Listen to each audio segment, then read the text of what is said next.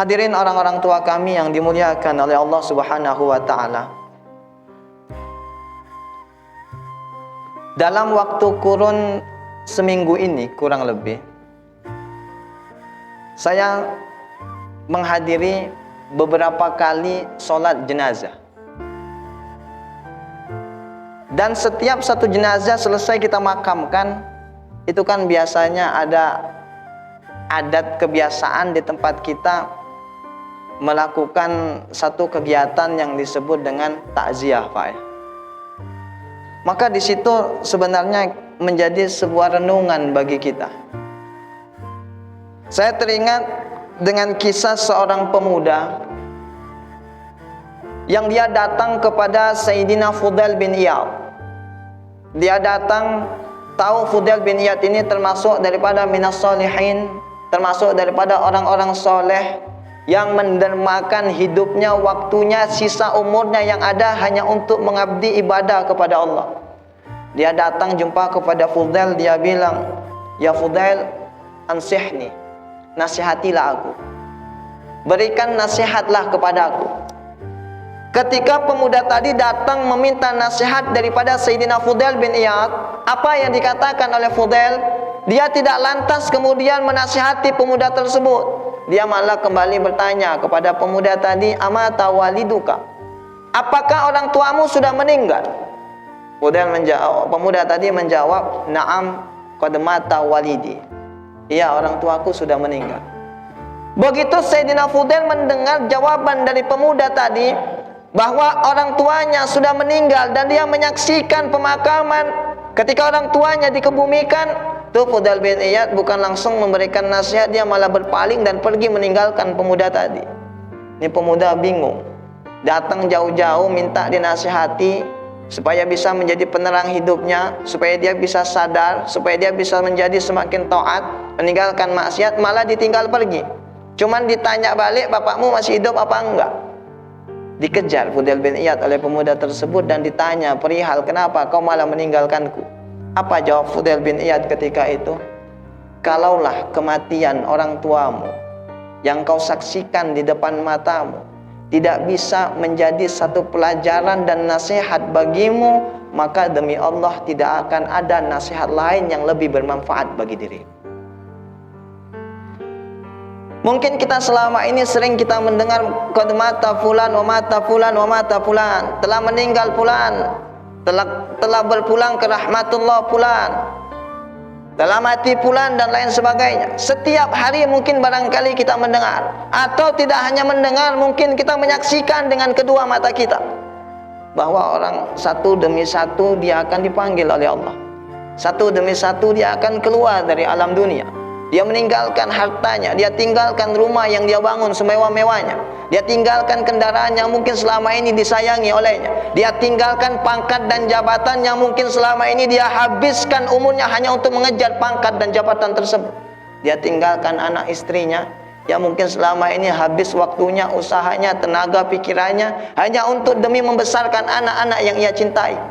Tapi begitu datang ajalnya, dia tinggalkan selamanya. Tidak ada satupun yang dia bawa, tidak lain yang dia bawa hanyalah beberapa lembar kain kafan dan juga beberapa potong kapas yang digunakan untuk menutupi lubang-lubang yang ada di dalam dirinya. Kita saksikan depan mata kita, tapi timbul pertanyaan. Ketika kita menyaksikan keadaan sedemikian, kira-kira pernah nggak kita berpikir satu saat kita lah yang akan berada di posisi seperti itu?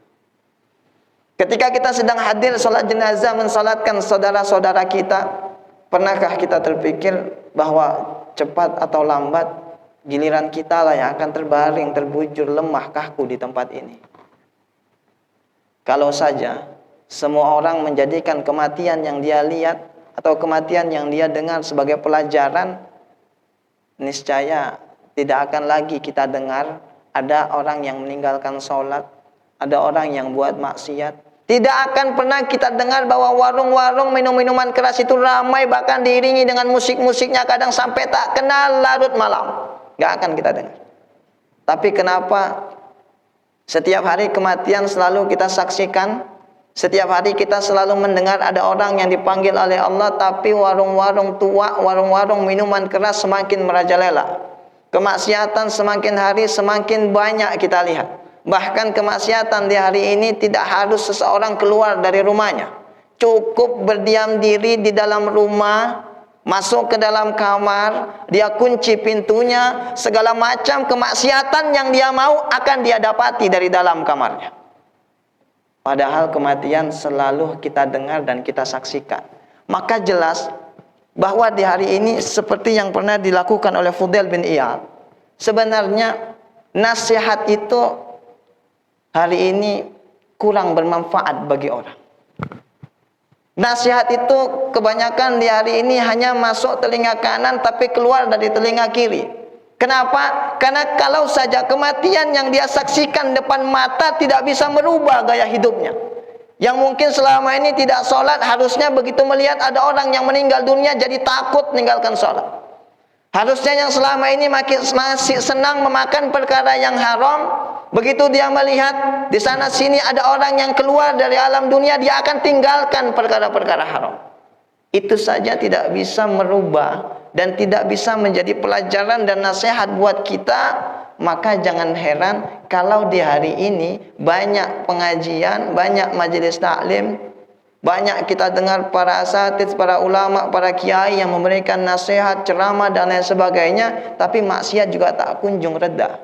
Bahkan terkesan ceramah si ceramah, maksiat jalan terus. Pengajian si pengajian, tapi maksiat makin lancar. Kenapa? Karena kematian sudah tidak menjadi nilai bagi kita di hari ini. Saya sering marah, ya nggak sering lah, tapi pernah beberapa kali ketika sedang mimpin sholat jenazah di tempat saya tinggal di sana. Saya ketika memberikan kata sambutan selesai sholat jenazah itu kan kita ada bicara barang beberapa menit. Saya sering sampaikan. Kenapa saya bilang tolong minimal hargai si mayit. Kenapa? Karena kita saksikan setiap proses pemakaman.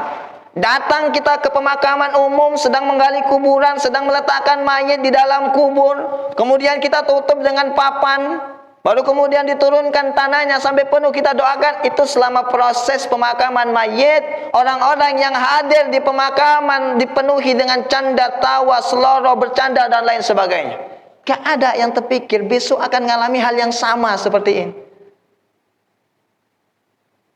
Bahkan terkadang tidak jarang keluarga si mayat sendiri itu abahnya belum selesai pemakamannya, sedang proses lagi diletakkan di liang lahat, masih ditutupi dengan papan. Itu anak-anak dari si mayat di atas sudah bercanda, ketawa, bicara semaunya, selfie, foto sana, foto sini, berdiri di samping mayat. Ketika mau diturunkan, dia selfie dia dengan abahnya. Keluarga si mayat. Maka ironi kita kalau di Indonesia, inilah keadaan kita sekarang. Tidak memikirkan bahwa yang kita lihat itu adalah gambaran di mana kelak kita akan berada di posisi seperti itu. Kalau saja bisa kita jadikan sebagai pelajaran, maka di saat itu barulah nasihat yang lain akan bisa mendatangkan manfaat bagi kita. Karena tolak ukur yang pertama adalah ketika kematian saja tidak bisa menjadikan teguran, pelajaran, nasihat bagi kita, maka kata Fudail bin Iyad, wallahi demi Allah, tidak akan ada nasihat lain yang lebih bermanfaat bagimu.